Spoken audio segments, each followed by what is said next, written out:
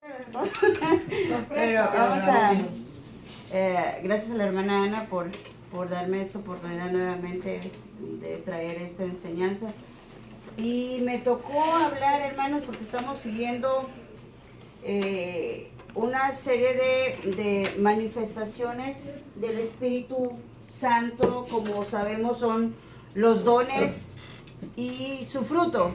Dentro del fruto viene el carácter de nosotros. El carácter, cómo vamos a formar ese carácter. Sin embargo, hoy día nos inclinamos mucho en el mover de Dios con respecto a los milagros, a las sanidades, a las profecías, y dejamos un poquito cómo trabajar en el carácter de un cristiano, como nosotros como cristianos, como creyentes de ese Cristo vivo y resucitado. Amén. Amén. Y sabemos que las manifestaciones del Espíritu Santo, tanto los dones como el fruto, son necesarios para llevar una vida en equilibrio. Entonces me gustaría, hermanos, si abrimos, leemos la palabra de Mateo 5, capítulo 5, versículo 21. 5 del 21 al 26.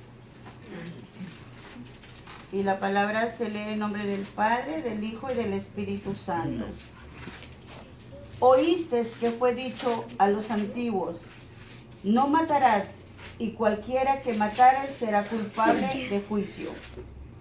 Pero yo os digo que cualquiera que se enoje contra su hermano será culpable de juicio. Y cualquiera que diga necio a su hermano será culpable ante el concilio. Y cualquiera que le diga fatuo quedará expuesto al infierno de fuego. Por tanto, si traes tu ofrenda al altar y allí te acuerdas de que tu hermano tiene algo contra ti, deja allí tu ofrenda delante del altar y anda, reconcíliate primero con tu hermano, y entonces ven y presenta tu ofrenda. Ponte de acuerdo con tu adversario pronto, entre tanto que estás con él en el camino, no sea que el adversario te entregue al juez y el juez al alguacil y sea echado en la cárcel. De cierto te digo que no saldrás de allí hasta que pagues el último cuadrante. Y vamos a hablar ahora, hermanos, de la ira. ¿Cuántos de nosotros hemos estado con ira?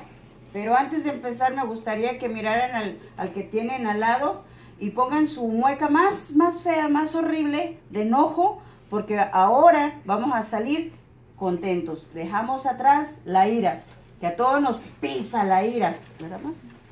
Nos pisotea y es algo que no podemos, que batallamos. Hágale su cara, hermana, hágale su cara a la ira a la hermana para que ya sea lo último que vamos a hacer. Yo soy buena para hacer cara. Y me gustaría que nos vamos a Gálatas, capítulo 5, 22, 23, para empezar este tema.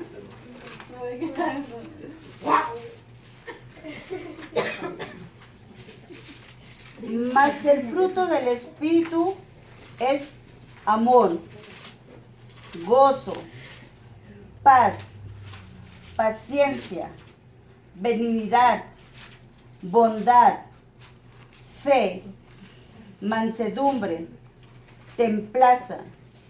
Contra tales cosas no hay ley. Una de las manifestaciones del carácter que va en contra del Espíritu es la ira. Y me di la tarea de buscar qué es la ira. Ira es un término de origen latino que se refiere a la furia y la violencia. Se trata de una conjunción de sentimientos negativos que genera enojo e indignación. Así que la ira y enojo van agarrados de la mano. El sentimiento interno o descontrol contra otros, ¿qué es lo que forma la ira? Como un sentimiento interno de descontrol contra otros. 2, molestia excesiva de irritar el interior.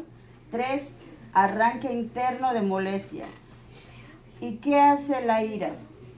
La ira nos puede conducir a hacer locuras, y nos lo dice en Proverbios 14:17. El que fácilmente se enoja hará locuras, y el hombre perverso será aborrecido. La ira conduce a la necedad, y lo leemos en Eclesiastes 7:9.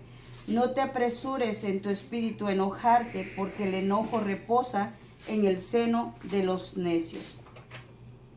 Y la ira conduce a la ofensa y a matar espiritualmente a los que nos rodean. Y no solamente espiritualmente, sino que la ira puede provocar hasta homicidios. Lo leemos en Mateo 5:22. Pero yo os digo que cualquiera que se enoje contra su hermano será culpable de juicio, y cualquiera que diga necio a su hermano será culpable ante el concilio, y cualquiera que le diga fatuo quedará expuesto al infierno de fuego. Y vemos un caso de ira típico entre Saúl y David, cuando ellos entraron en ira.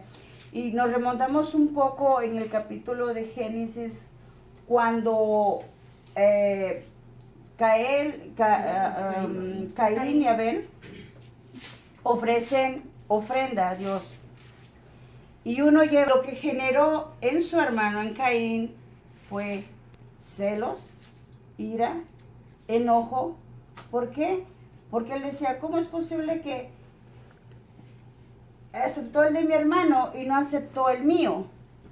Y muchos de nosotros lo aplicamos en nuestra vida, hermano. Así sucede porque empezamos nosotros a comparar. Bueno, ¿por qué a ella sí le observaron cierto atributo y yo no? Pero hay que ver nuestro fondo de nuestro corazón. ¿Con qué vas y te presentas a Dios? ¿Con qué lo haces?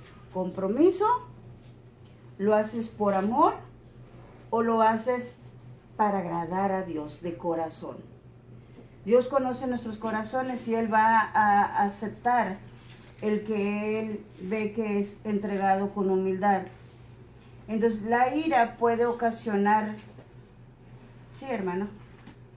Porque la ofrenda de Abel era ofrenda de amor y escogida para Dios, para que agradara a Dios.